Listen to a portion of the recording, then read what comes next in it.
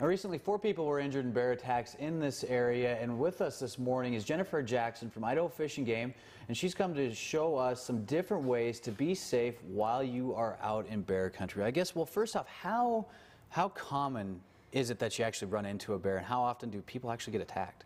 You know, we have seen some recent issues in the news with bear attacks, Right. and I think looking statistically in the Yellowstone area in the last few years, I think they've had 3 people actually killed or injured severely from bear attacks. But statistically, it's not.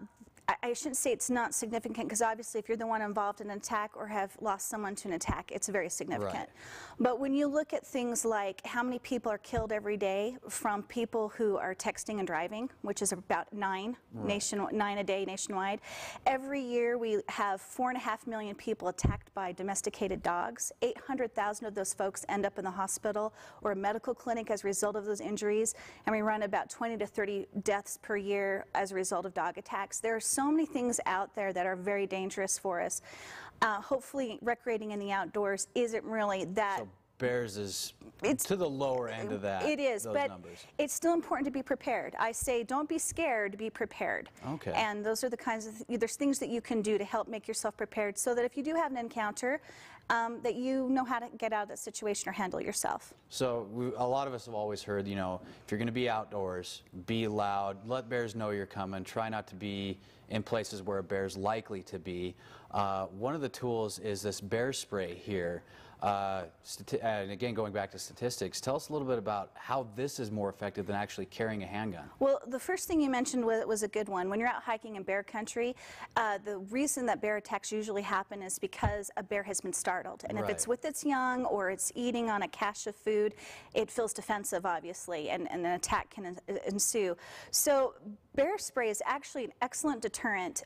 People should actually carry bear spray on their body when they're out hiking in bear country. The reason why it can be more effective than a gun is there's a lot going on in your head when you have a bear bearing down on you. Bear's coming at you. And so you have to be so clear of mind to be able to take your shot and to be able to aim effectively. And if you miss the bear, that doesn't help you.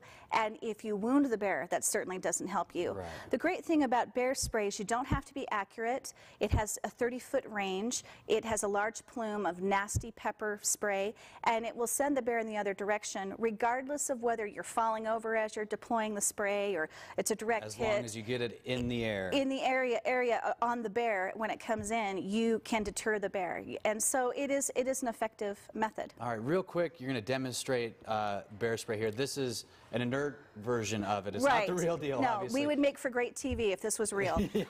This only has a 10 to 12-foot spray. Keep in mind, real bear spray has a 30-foot spray, and also the plume would be much larger. Okay.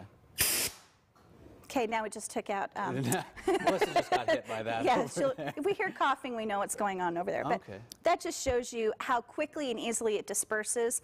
And if you're out in the field, you can carry that with you. Don't put it in your backpack. That's not going to be helpful. Keep it on your hip. They make all different kinds of carrying cases for you to put it in so that you can get quick action with it. And remember, just enjoy the outdoors. Be prepared. Not scared. And if you want more information about how to hike and hunt in bear country, how to set up your camp, we have brochures available on our website at fishandgame.idaho.gov.